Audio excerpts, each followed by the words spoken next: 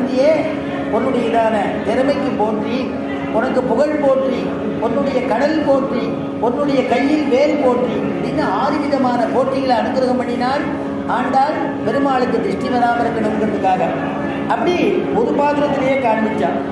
இந்த பொற்கிழியை வாழ்ந்து வந்த இந்த இருக்கிறவர் ஸ்ரீவில்லிபுத்தூருங்கிற திவ்ய தேசத்துக்கு வந்து அந்த திவ்ய தேசத்துக்கு வந்து பெருமாளுக்கு பிடிச்ச கைங்கரியம் எதுங்கிறது அவருக்கு மனசுல பட்டது என்னன்னா, ஸ்ரீமத் பாகவதத்தில் அக்ரூரரை கம்சன் அனுப்பிச்சு நீங்கள்லாம் வந்து நீ போய் பலராமனையும் கிருஷ்ணனையும் அழைச்சிட்டு வாங்கோ, வில்வித்தைன்னு சொல்லி அழைச்சிட்டு வாங்கோன்றார்.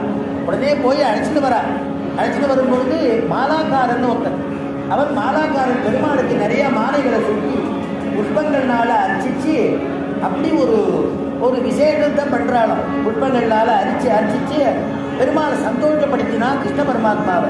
அதனால இந்த கிருஷ்ணன் என்ன பண்ணினார், அவருக்கு திவ்யமான அனுகிரகம் பண்ணினார்ங்கிற சரித்திரத்தை கேட்டதான அவர் என்ன பண்ணினார், அதனால் நமக்கு தோட்டம் அமைப்போம், அந்த தோட்டம் அமைச்சு அந்த தோட்டத்தில் அதில் நிறையா புஷ்பங்கள், செம்பகம், மல்லிகை, இப்படி எல்லாம் புஷ்பங்கள், துளசி பாத்தி எல்லாத்தையும் நம்ம அமைச்சு அதை பெருமாளுக்கு அர்ப்பணிப்போம்னு அந்த தோட்டத்தை அமைச்சார். அந்த பொற்கிழியை கொண்டு அப்படி பண்ணி கைங்கரியம் பண்ணிகிட்டே இருந்தார்.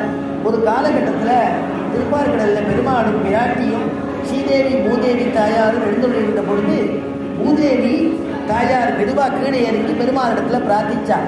பிரபோ சுவாமி தேவரி வராகவதாரம் பண்ணின பொழுது இந்த வராகவதாரத்தில் என்ன உத்தாரணம் பண்ணினேன்னு அடியேன உத்தாரணம் பண்ணேன்னு என்ன உத்தாரணம் பண்ணும் பொழுது அப்போ வந்து ஒரு விஷயம் என்ன இடத்துல நான் தேவரின் இடத்துல கேட்டேனே, உலகத்தில் இருக்கக்கூடிய ஜீவகோடிகள்லாம் கரையேறதுக்கு ஒரு வழி சொல்லுங்கோன்னு. அப்போது உயர்ந்ததான புஷ்பத்தை கொண்டு யாரொருத்தர் எவ்வளவு காலத்தில் மனசு தன்வசமாக இருக்கும் பொழுது, சரீரம் தன்வசமாக இருக்கும் பொழுது யாரொருத்தர் எனக்கு கைங்கரியம் பண்ணுறாளோ அவளுடைய அந்திம காலத்தில் நான் அவளுக்கு தரிசனம் கொடுத்து அழைச்சிட்டு போவேன் அப்படின்னு சொன்னீரே, அதை நான் நிறைவேற்றணும், நடத்தி காமிக்கணும்னு நினைக்கிறேன், நீங்கள் அனுகிரகம் பண்ணும்போது கேட்டாலும். உடனே அந்த அனுகிரகத்தை கேட்டுட்டு அனுகிரகத்தை பெற்றுட்டதான பூமி பிராட்டி அப்படியே ஆச்சரியமாக கீழே பூலோகத்தில் போய் அவதாரம் பண்ணணும்னு நினைக்கிறா. அப்போ பெருமாள் நினைச்சாராம், பூமி தேவி சர்வம் சகான்னு சொல்லக்கூடிய தேவியாச்சேவள், எல்லாத்துக்கும் பொறுமையாக இருக்கக்கூடியவளாச்சு, பொறுமைக்கு இருப்பிடமாக இருக்கக்கூடியவளாச்சு, நல்ல வளர்ப்பு தந்தை வேணுமே யாருன்னு நினைச்சாராம். அப்போ யாருன்னு நினைக்கும் பொழுது விஷ்ணு சித்தர் தான் பெருமாளுக்கு மனசில் தோணித்தா. அவருடைய துளசி தோட்டத்தில் துளசி பாத்தியில் கீழே ஆச்சரியமாக ஒரு குழந்தை அயோனிதியாக ஆவிர்வகிச்சாள் அப்படின்னு சொல்கிறது.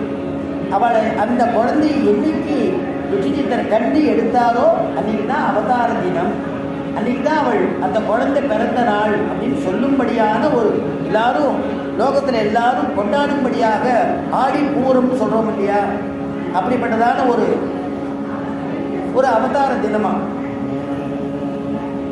ஆஷாடே பூர்வ பல்குண்யாம் துளசி கானனோத்பவா